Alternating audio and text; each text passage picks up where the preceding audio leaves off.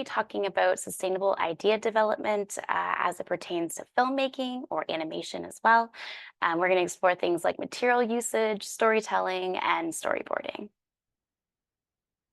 So, like I said, my name is Crystal Wemme. My pronouns are she and her.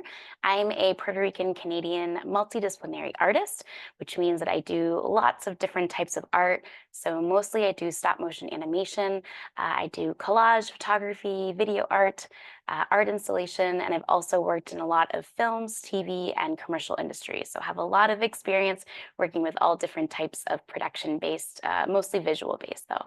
I also am an art educator, so I work with a lot of community programming as well as a mentor. And here's just a little behind the scenes of me working on one of my latest commercials with Staples, which was this September, a back to school campaign.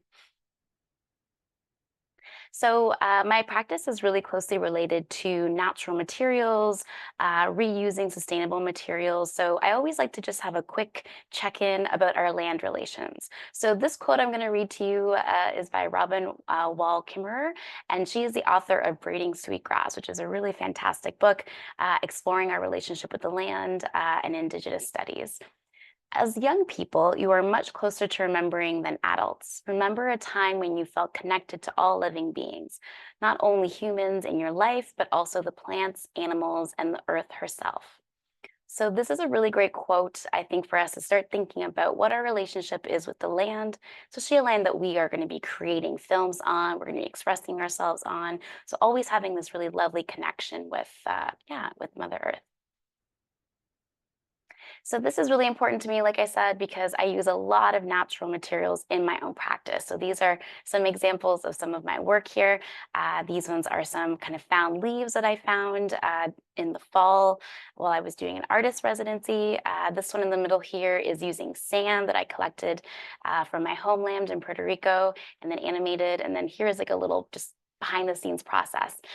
So you can see that it's really connected to the way that I express myself. I find it to be a really unique way to just use materials that not only are sustainable, they're accessible, they're inexpensive, of course, but they're good for our environment because once I'm done, they have this natural aspect of biodegradable elements. So I don't feel like they're kind of, hurting the land.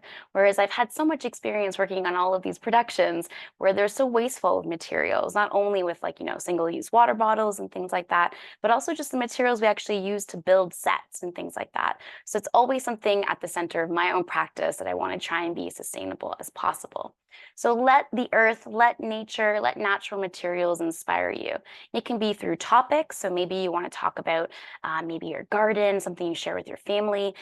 Maybe you want to talk about climate change, the future of our environment, or maybe you're going to allow the materials to inspire your idea in your film. So maybe it's more about the approaches. Maybe you think that the materials look really interesting. And so that's going to be the highlight of your visual storytelling. But whatever it is, just make sure that it's kind of at the heart of your brainstorming. Okay, so talking about all of this brainstorming and storytelling, let's talk a little bit about storytelling and how we can use this to inspire our ideas in our films. So, some things to keep in mind when it comes to storytelling. So, it's a way to communicate ideas in a meaningful way. It's also a way for us to connect with one another.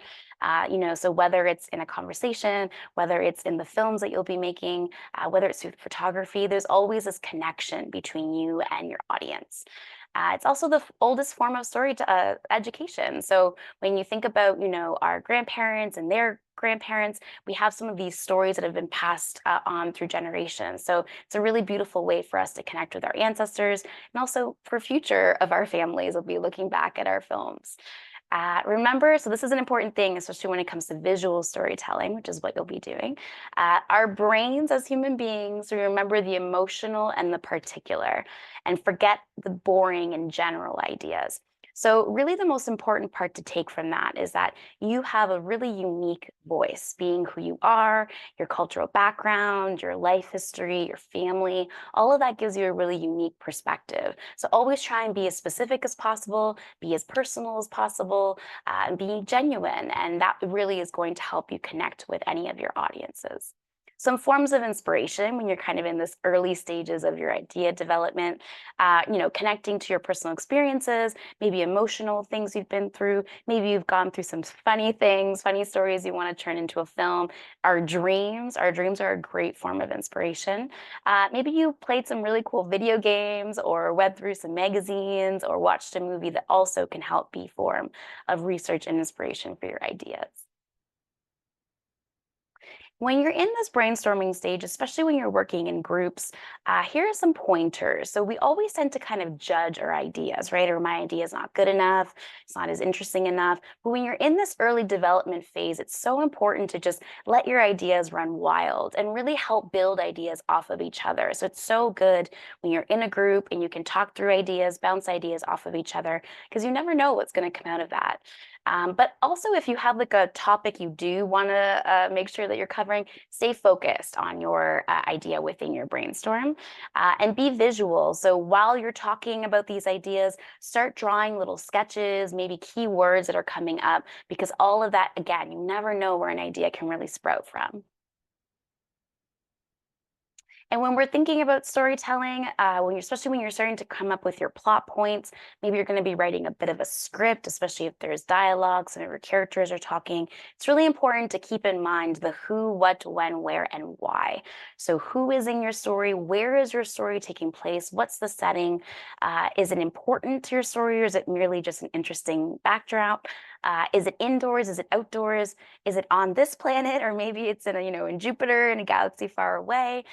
Thinking about your environment's important, as well as the time. Is it modern time, so right now? Is it something like caveman period, or maybe it's in the future? And lastly, of course, about your characters, especially if you're doing maybe an animation or filmmaking, your characters are so important. They're the ones that drive your story. So thinking about your protagonist, which is your main character, and then if there's an antagonist, so maybe there's like an evil character or someone that's trying to get in the way of your main character's plan or adventure activity, or maybe the antagonist is themselves, so maybe it's something that they have to overcome within themselves, like emotionally or something like that. So all of these dynamics are super important to really develop before you start getting into the storyboarding phase. And the last little point here when you're in this brainstorm stage, especially because these are visual stories that we're telling, is how you're going to use color and texture. So color can tell us so much about a story without even using any words. So for example, if your character is really passionate, maybe they're angry or maybe they're in danger, using a color like red is something that we associate those types of characteristics or qualities with. Versus maybe, you want to do a character that's more in tune with the land, maybe it's about growth or something natural. Maybe using a color like green for some of your character would help tell that story. And the same with texture. So, texture is referring to the look and feel of something. So, is it something slimy? Is it something rough like sandpaper? All of these types of textures really help give a mood or a tone to your film, again, without even using any words. So, these types of visual cues are really important to include. All right, so you've done all of this brainstorming, you have all of your ideas, you've roughly written out some plot points, maybe you've written a little script because maybe there's some dialogue. So now what do you do? How do you kind of transform from those ideas, those words, into more of a visual kind of outline? So that's where storyboarding really comes into play. So why do we need a storyboard? So like I said, it's a way for you to visualize kind of turning in your idea, your words into rough images. So you know exactly what you need to start to actually shoot with your camera. So it's like making a blueprint, how you're going to achieve your vision by breaking down the story into thumbnails. So we call these little kind of boxes here with images thumbnails, or little screen grabs. Sometimes we take screen grabs of things or photos, but they're usually sketches, some form of sketch or drawing. And you put that in chronological order, so you know exactly what order you're going to be displaying your film in. And lastly, it's a really good tool to actually edit and plan out your film and see if there's any potential problems in your story, maybe in one of your sets or something like that. So it's really helpful to kind of troubleshoot before you actually even begin filming, which is really good when you want to save some time. So I want to just break down what is in the storyboard. What are some really helpful elements in the storybook that you'll need in yours? So the first two things that I think are really important at the top, you'll see here, you want to number your scene. So are you in scene one, scene two? And if that changes halfway through your page, just make sure you do a little note on the thumbnail where that scene changes. And then of course, page number. So, maybe in some of our short films, we might only have 3 or 4 pages, but in some of those really long 2 or 3 hour films, they have so many pages. So in case things get out of order, having that page is very practical. It's very helpful to have. Now, the images, we call those scene illustrations. So don't worry if you're not really comfortable with drawing, even little stick figures help. It's really just about getting an idea of what visually should be happening in that scene. So you can see here we have a little dandelion and there's some wind blowing, and then some of the dandelions actually detach and start to move. Okay, so that's what's happening here. Then we have what we call a scene description. So pretty self-explanatory. It just means that there's a little write-up of what is actually happening in that scene. You can also talk about any key points you want to talk about in that scene. If there's dialogue or music cues, you can add all of that in your scene description. The more detail you put for yourself, the more helpful it's going to be throughout all the phases of your production. And then the last thing I want to show you in this example is our guidelines for movement. Now, these arrows, you can see these kind of red arrows. So if we go back to our example here, a dandelion is kind of flying. We see the arrow kind of indicating that it starts more on the left frame and then it goes across to the right. So we know there's movement happening, there's action happening in the shot. Now, if we catch it in this next frame here, we can see the arrow continues from the top all the way to the bottom. So that means that that little piece of dandelion is actually going to move from the top of the frame and then come out of the frame at the bottom. So those are really helpful for you to know if something is moving, where character is going, if they're coming in and out of a frame. So all of those guidelines can really be helpful. And that's like at the basics kind of foundation of our storyboard. Now, some other little points to keep in mind as you start to feel more comfortable developing your storyboard, because there will be probably several iterations of it, or making it in pencil is important so that you can erase it, or if you're going to be using Photoshop or something like that, making sure that you can be flexible with it, because things change in our production phase. And that's what's so fun about creativity, is that maybe we have this vision of what our film was going to be, and then as you continue, it evolves, which is totally fine. But some things to keep in mind are the shot types and if there's camera movement. So shot types just means how close is that camera going to be to your character, to an object, to a scene. All of those things are going to be really important to illustrate in your storyboard. So we go all the way from a super extreme close-up, which is, the camera is going to be right up close to your character's face, for example. So we see lots of details. Maybe you want to get some really good shots of like the eyes or the mouth or something like that. An extreme close-up would be great for that. And as you start to kind of zoom the camera out, that's where we start to go more from like a regular close-up. So we start to see the face a bit farther away, and we continue to a medium close-up. Maybe we see kind of like shoulders up. A medium shot is maybe more like hips up. And then we go as far back as, a very long shot or establishing shot. And that would mean we see the whole body of the character. We also maybe see a bit of like the scene that they're in to really establish where they are. You can also have shots where there's 2 people in it. Maybe you're going to have an over-the-shoulder shot where the camera is just kind of teeping over the shoulder of your character. Maybe you're going to have a bird's eye view if you have like a drone or something where it's really, really high up and your character is going to look really small. It's really up to you. So whatever you choose, just make sure that you're drawing or you make a note that this is a close-up so you have an idea when you're actually filming what you need. And then lastly here, we have our camera movement. So not necessarily the action of what's happening, so not necessarily how your character is moving, but if your camera is doing any movements. So for example, we have here a zoom in. So that's where we start on an object and then we kind of slowly get closer to it. So in your storyboard, you would have a little rectangle, which that signifies your camera. And then we have these 4 arrows going from the corners of your shot. You would do the exact same thing with a zoom out, except the arrows, of course, are pointing out instead of in. We also have here camera movements going like to left or right or up or down. So these are pans and this is a tilt. And again, with that little box, that indicates that that's our camera moving, not necessarily just our character. So we have, for example, here in our pan, we have the first shot where the car is in kind of going from the left to the right. So we have kind of spot 1 and spot 2. Same with this one here, our kind of second last one. We have the character kind of up and then they dive into the pool. So then the camera is going to pan down and follow that action. Okay, so those are some indicators that you can use if you're going to incorporate any camera movements. You can also just write it down if you're not sure yet what you're going to be doing. Maybe you're still kind of in the experimental phase at that point.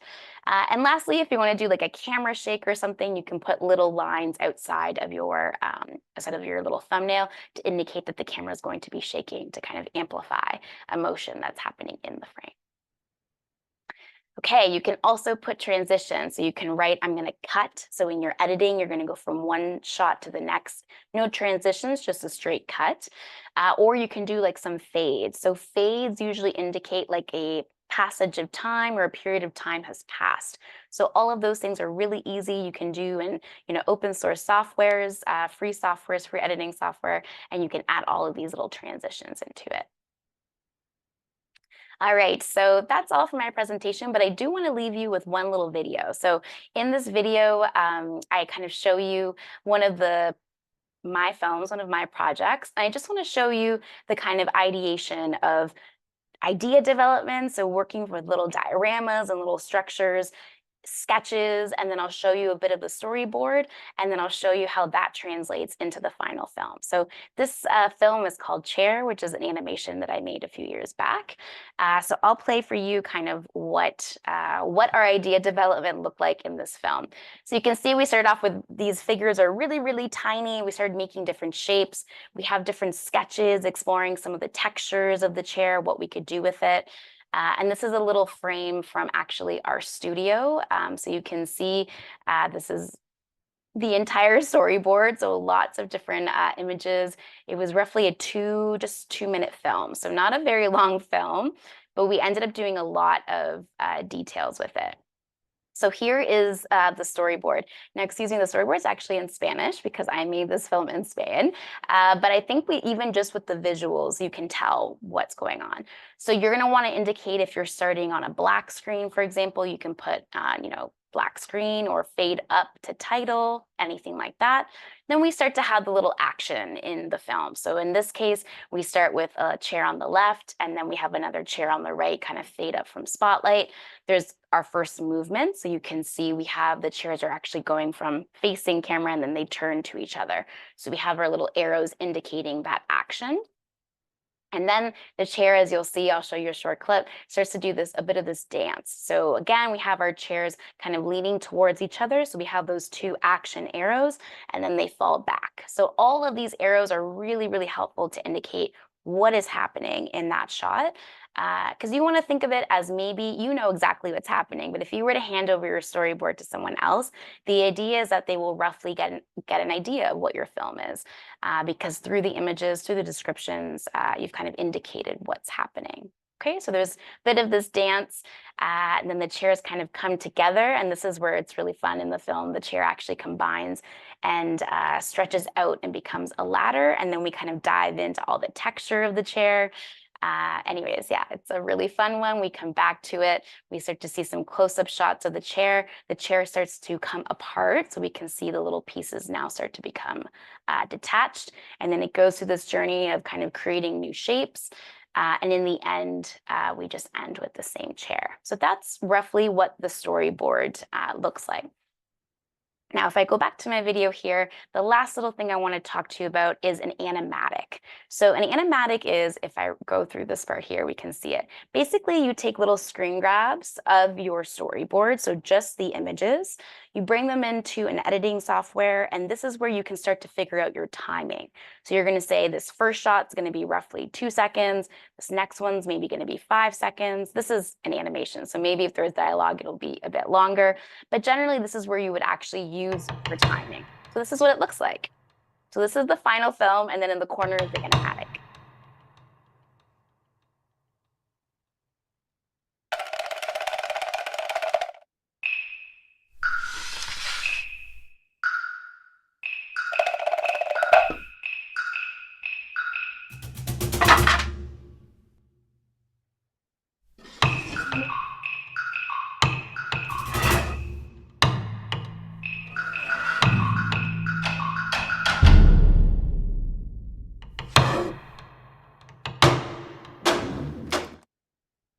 right. So that's just a little sneak peek of the of my film. But anyways, that's all for today. I hope that you enjoyed learning about idea development, storyboarding, and a little bit about my practice. Thanks so much.